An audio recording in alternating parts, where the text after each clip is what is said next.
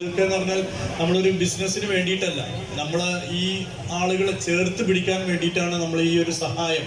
അതുകൊണ്ട് തന്നെ എല്ലാവരും ഇതിന് ഒത്തുപിടിച്ചിട്ടുണ്ടെങ്കിൽ ഒരുപാട് നിങ്ങളുടെ ഒക്കെ കാണാനും കഴിഞ്ഞാൽ വളരെ സന്തോഷമുണ്ട്. ഇനിയും എനിക്ക് ഈ ഒരു സ്ഥാപനത്തിലുള്ള ഈ രക്ഷാധികാരികളോട് പറയാനെന്താ വെച്ചാൽ, നമ്മൾ രോഗങ്ങൾ, കിഡ്നി രോഗമായാലും ക്യാൻസർ രോഗമായാലും ഏത് രോഗമാണെങ്കിലും നമ്മൾ അതിനൊരു ഉത്ബോധന ക്ലാസ്സുകൾ നമ്മൾ നേരത്തെ കൊടുക്കണം. ഞങ്ങളൊക്കെ അങ്ങനെ ചെയ്യുന്നുണ്ട്, നിങ്ങളും ഇവിടെ ചെയ്യുന്നുണ്ടാവും എന്ന് ഞാൻ വിചാരിക്കുന്നു. ഞാൻ അറിയാത്തത് കൊണ്ടാണ് ഇങ്ങനെ പറയുന്നത്.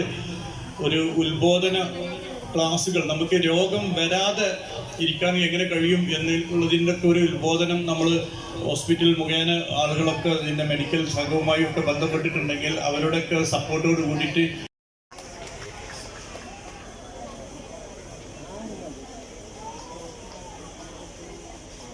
മാഗസിൻ്റെ ആദ്യ പ്രതി CTKയിൽ നിന്ന്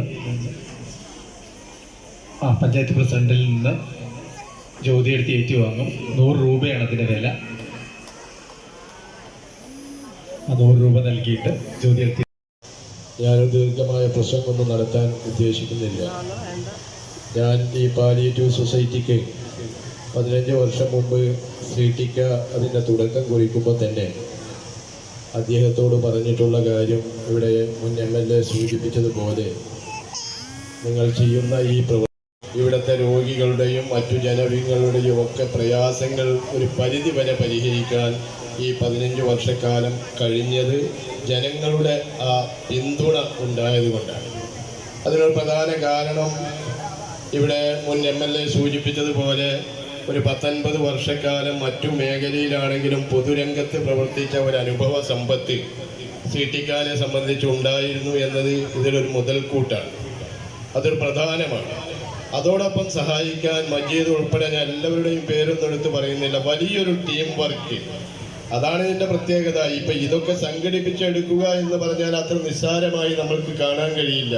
ഇതൊക്കെ ഓർഗനൈസ് ചെയ്ത് വരുമ്പോൾ അതിനേതായ പ്രയാസം ഉണ്ടാകും. ഇപ്പോൾ പുസ്തകത്തിൻ്റെ കാര്യത്തിൽ ഒരു 6 മാസക്കാലമായി സതീശനും ജയദേവ മാഷും ഒക്കെ അതിനുവേണ്ടിയുള്ള കാര്യങ്ങൾ ചെയ്തു. ഇവിടെ ടീമായി എല്ലാവരും ഒരുമിച്ച് ഇതിൻ്റെ ഒരു ടീം വർക്ക് നടത്താൻ എല്ലാവരും സന്നദ്ധരായി ഈ സംരംഭത്തോടൊപ്പം നിന്നു എന്നത് തന്നെ ഇതിൻ്റെ വളർച്ചയിൽ വലിയ പങ്ക് വഹിച്ചിട്ടുണ്ട്. നാളുകളിലും ആ രീതിയിൽ മുന്നോട്ട് പോയി നമുക്ക് ഈ ആളുകളെയൊക്കെ ചേർത്ത് പിടിക്കണം. നമ്മളൊക്കെ സ്വതന്ത്രമായി ഈ രാജ്യത്ത് ഇറങ്ങി നടക്കുമ്പോഴും നമുക്കൊക്കെ പോരായ്മകളാണ് നമ്മൾ കാണുന്നത്. നമ്മളൊക്കെ സ്വതന്ത്രമായി നടക്കുമ്പോൾ നമുക്ക് എല്ലാ സൗകര്യം ഉണ്ടായിട്ടും സൗകര്യം പോരാ എന്ന് ചിന്തിക്കുന്നവരാണ് ഇന്ന് സമൂഹത്തിൽ കൂടുതൽ. പക്ഷേ നമ്മുടെ ഒപ്പമുള്ള ഈ സഹോദരന്മാരും സഹോദരിമാരും രക്ഷിതാക്കളും ഒക്കെ ഇതുപോലെ ആഗ്രഹിക്കുന്നവരാണ്. പക്ഷേ ആരോഗ്യപരമായ പ്രശ്നങ്ങൾ കൊണ്ട് അവർക്ക് കഴിയാതെ പോകുന്നു എന്നതാണ് യാഥാർത്ഥ്യം. നാളെ നമുക്കെന്ത് സംഭവിക്കുമെന്ന് നമുക്ക് പറയാൻ കഴിയില്ല. ഇതൊക്കെ പടച്ച തമ്പുരാൻ തീരുമാനിക്കുന്നതാണ്. അപ്പം അതുകൊണ്ട് എപ്പോഴും ഇത്രയും ആളുകളെയൊക്കെ ചേർത്ത് പിടിച്ച് നമുക്ക് അവരെയൊക്കെ സഹായിച്ച് മുന്നോട്ട് പോകണം. അതുതന്നെയാണ് ജീവിതത്തിലെ ഏറ്റവും വലിയ ഒരു മനസ്സിന് സംതൃപ്തി നൽകുന്ന ഒരു നല്ല പ്രവർത്തനം നമ്മുടെ ജീവിതകാലത്ത് നമ്മൾ നടത്തിയാൽ അത് എന്നും നമുക്ക് അതിനുള്ള പ്രതിഫലം നമ്മൾ ആഗ്രഹിക്കുന്ന ഭാഗത്തു നിന്നുണ്ടാകും എന്ന കാര്യത്തിൽ സംശയമില്ല.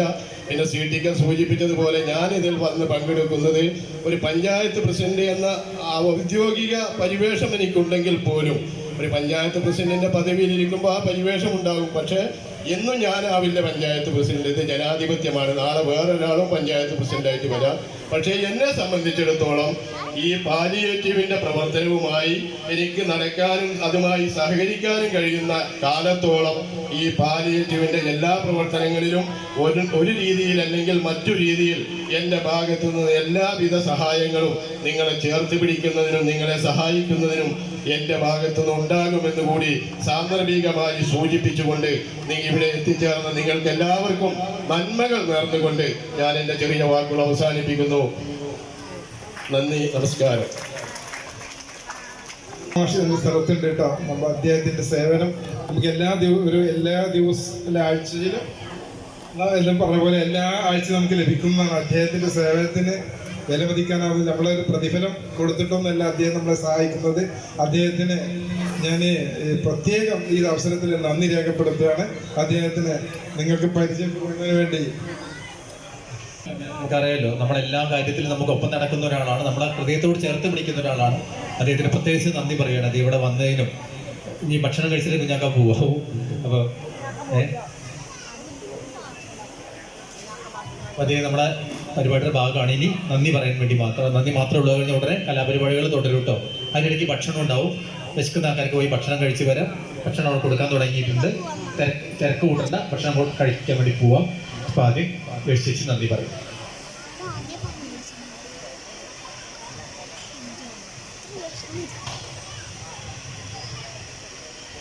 വേദിയിലും സദസ്സിലുമുള്ള ബഹുമാന്യരെ, നിങ്ങൾക്ക് എല്ലാവർക്കും എൻ്റെ വിനീതമായ നമസ്കാരം. നമ്മുടെ പാലിയേറ്റീവിൻ്റെ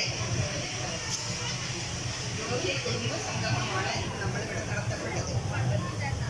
ഈ സദുദ്യമത്തെ വിജയപ്രദമാക്കി തീർക്കുന്നതിനും മംഗളമാക്കി തീർക്കുന്നതിനും വേണ്ടി ഇവിടെ എത്തിച്ചേർന്ന്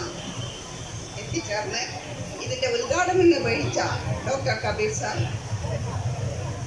ഇതിൻ്റെ അധ്യക്ഷൻ ശ്രീ CT സൈതലി സാർ, സ്വാഗതം പറഞ്ഞ മജീദ് സാർ, അതിലെല്ലാം ഉപരി മുഖ്യ പ്രഭാഷണം നടത്തിയ ബഹുമാനപ്പെട്ട ആനക്കര ഗ്രാമപഞ്ചായത്ത് പ്രസിഡന്റ് മുഹമ്മദ് സാർ, മാഗസിൻ പ്രകാശനം ചെയ്ത മുൻ MLA VT Balaram sir, palliative പ്രവർത്തകരെ, രോഗി കുടുംബസംഗമത്തിലെത്തിയ എല്ലാവർക്കും, ഈ പരിപാടിയിൽ എത്തിച്ചേർന്ന എല്ലാവർക്കും ഞാൻ പാലിയേറ്റീവ് സൊസൈറ്റിയുടെ പേരിൽ നന്ദി രേഖപ്പെടുത്തുന്നു. അതിലെല്ലാം ഉപരിയായി ഈ പ്രസ്ഥാനത്തെ ഈ നിലയിൽ എത്തിച്ചേർക്കുന്നതിന് വേണ്ടി, മുന്നോട്ട് കൊണ്ടുപോകുന്നതിന് വേണ്ടി ഞങ്ങളെ സാമ്പത്തികമായി സഹായിക്കുന്ന ഈ നാട്ടിലെ നല്ലവരായ നാട്ടുകാർക്ക് എല്ലാവർക്കും കുമ്മിടി പാലിയേറ്റീവ് സൊസൈറ്റിക്ക് വേണ്ടി പ്രത്യേകം നന്ദി പറയുന്നു. ഈ പരിപാടി വിജയപ്രദമാക്കുന്നതിന് വേണ്ടി ഇവിടെ എത്തിച്ചേർന്ന എല്ലാ കലാകാരികൾക്കും, ഇവിടെ പരിപാടികൾ അവതരിപ്പിക്കുന്നവർക്കും, അങ്ങനെ മൊത്തത്തിൽ എല്ലാവർക്കും ഞാൻ ഈ സൊസൈറ്റിക്ക് വേണ്ടി നന്ദി രേഖപ്പെടുത്തുന്നു. നന്ദി, നമസ്കാരം.